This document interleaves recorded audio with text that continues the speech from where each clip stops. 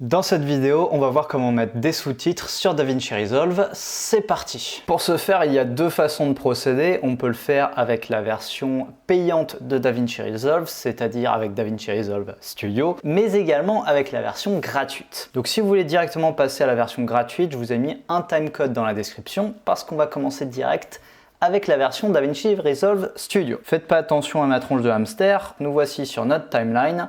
Et à propos de timeline, c'est là où on va se diriger. On clique sur Timeline AI Tools et on va créer des sous-titres à partir de l'audio. Donc là, on choisit par la suite la langue. Je mets Netflix, mais vous avez différents formats. Par la suite, on choisit le nombre de caractères maximum par ligne. Je le laisse généralement par défaut.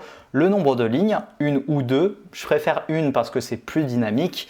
Et enfin, le nombre de frames entre chaque bloc de sous-titres. Une fois que vous avez customisé tout ça, on clique sur Create. L'IA va faire son travail et voilà le résultat. Évidemment, vu que c'est une IA, le résultat n'est pas toujours parfait. Donc on va lire un peu ce qu'il y a. Ah non, c'est un peu court, je nomme. On pouvait dire oh Dieu, bien des choses en somme, en variant le ton, par exemple, tenez. Et c'est absolument impeccable parce que c'est mot pour mot ce que j'ai dit. Évidemment, si vous voulez faire une modification, vous pouvez la faire sans problème. Vous pouvez changer le texte et également changer la forme. Par défaut, on a un texte blanc très neutre. Si je vais dans Tracks, généralement, ce que j'aime bien faire, c'est ajouter un background.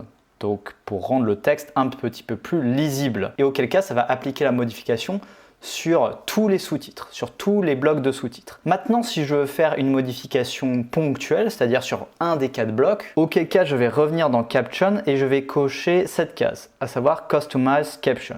Là, imaginons que je veuille changer la couleur, donc on va la mettre en vert. Ça va appliquer la modification, mais uniquement sur le premier bloc. Le premier bloc est vert et le reste est bien blanc. Tout est parfait. Un dernier petit conseil, si vous me le permettez, une fois que vous allez sauvegarder votre vidéo, si vous souhaitez avoir les sous-titres tels qu'ils apparaissent ici, auquel cas il va falloir faire une modification. On va aller directement dans Custom Export et si vous scrollez, pensez bien à cliquer sur Export Subtitle et en tant que format, vous allez sélectionner Burn into Video. Ça va fusionner les sous-titres avec la vidéo en question et ça donnera ce rendu tel que vous l'avez vu dans l'introduction. À présent, voyons comment ajouter les sous-titres avec la version gratuite de DaVinci Resolve. Forcément, ce sera un petit peu plus laborieux, mais on va essayer de se débrouiller quand même. Pourquoi ce sera un petit peu plus laborieux? Tout simplement parce qu'il va y avoir des conditions à remplir. On ne va pas utiliser de plugin, j'imagine qu'il y a tout un tas de solutions externes mais qui nécessitent des installations, de se connecter quelque part.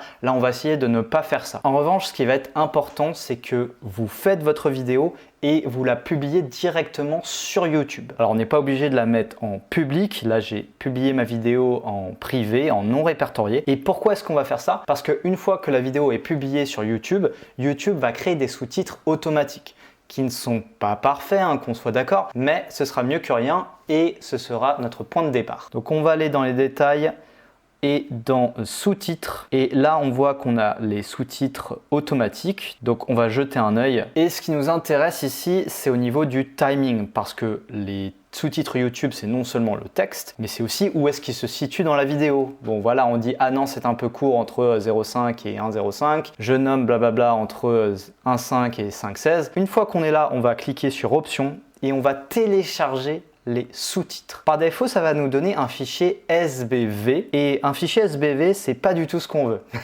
Nous, ce qu'on veut, c'est un fichier au format .ttml. Donc pour ce faire, on va faire la conversion. J'ai demandé à ChatGPT de me la faire. Convertis-moi ce fichier au format TTML. Il a réussi à me le faire du premier coup. J'ai pu télécharger le nouveau fichier et ça donnerait quelque chose à peu près comme ça. Maintenant, on revient sur DaVinci Resolve et on va drag and drop nos sous-titres dans notre media pool. Tout ce qui reste à faire, c'est de drag and drop nos sous-titres dans la partie sous-titres. Évidemment, vu que ce sont les sous-titres de YouTube, il va y avoir un petit travail a posteriori. Bon, peut-être on va couper à ce niveau-là parce que c'est quand même un très gros bloc de texte. Pas pire, on pouvait dire oh Dieu, bien des choses en somme, etc., etc. Après, vous faites les modifications telles que vous le souhaitez. Voilà, ce sera tout. Vous pouvez y aller.